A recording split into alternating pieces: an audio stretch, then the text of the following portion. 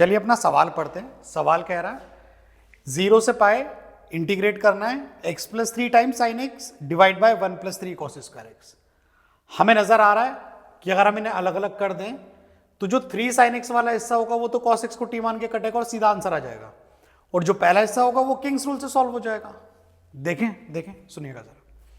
तो इस पूरी बात को हम आई मान लेते हैं। तो आई लिखा हुआ है और इसमें दो हिस्से कर देते हैं 0 से लेकर पाई तक।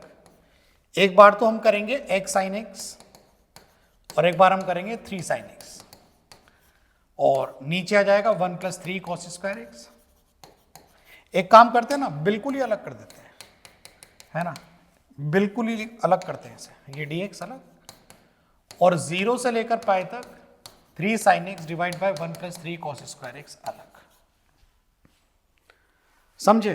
अब इसे मान लो I1 और इसे मान लो I2।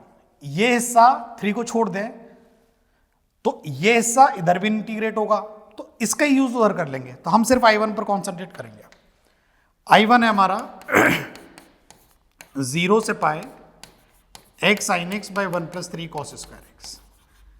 चलिए किंग्स रूल लगा देते हैं, यानी हम x को रिप्लेस कर देते हैं पाई माइनस एक्स से। तो ये हो जाएगा 0 से लेकर पाई तक pi minus x sine pi minus x sine x, नीचे भी सेम ही रहेगा 1 प्लस 3 कॉस स्क्वायर एक्स। तो ये हमारा हो जाएगा, ये हो जाएगा हमारा I1 आ जाएगा 0 से लेकर पाई तक। एक बार तो हो जाएगा पाई साइन एक्स के नीचे आएगा 1 प्लस 3 कॉस स्क्वायर एक्स। एक बार हो जाएगा माइनस का x साइन एक्स, तो माइनस का x sine x by 1 plus 3, तो ये I1 बन जाएगा। तो माइनस का I1 इधर आएगा तो 2I1 हो जाएगा।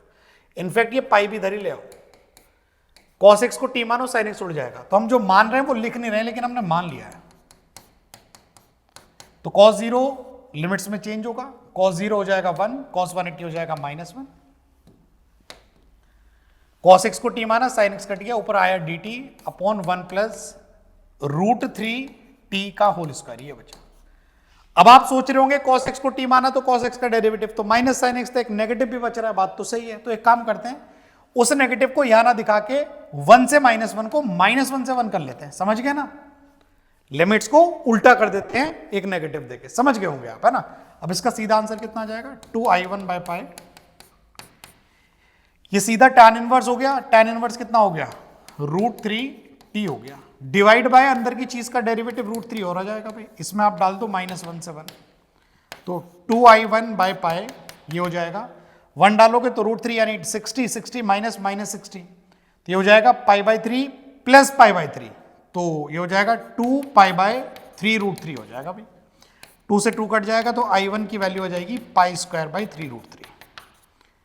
अच्छा, इसे इंटीग्रेट करना है, 3 को छोड़ दो, 3 को छोड़ो, इतना हिस्सा देखो, ये हिस्सा और ये हिस्सा देखो सेम है। तो इस हिस्से का जो आंसर आया है, ये सेम चीज मैंने यहां तक लिखी है 2I बाय पाई, तो इस हिस्से का आंसर आया 2π/3 √3। तो इस हिस्से का आंसर आएगा, I2 का आंसर लिख रहा हूं भाई मैं, I2 का आंसर आएगा 2π/3 √3, लेकिन एक 3 और एक्स्ट्रा इसमें, तो एक और 3 मल्टीप्लाई कर दीजिए, तो ये आएगा 2π/√3। कितना आएगा? 2π/√3।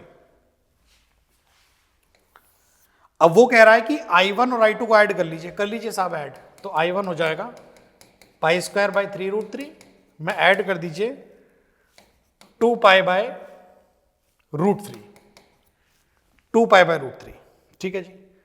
चलिए, तो I1 में हमने I2 ऐड कर लिया, तो I हो गया बेटा। तो I हो गया हमारा, क्या कॉमन है इसमें से? π/√3 कॉमन है, तो ये हमारा हो जाएगा π/√3 कॉमन लेने के बाद, π/√3 कॉमन लेने के बाद कितना हो जाएगा? π/3 प्लस 2, तो ये हो जाएगा हमारा π+6, तो ये हो जाएगा π/3 √3 π+6। तो π/3 √3 π+6, π/3 √3 π+6, कौन सा ऑप्शन सही है? अपना ऑप्शन सी ठीक हो जाएगा।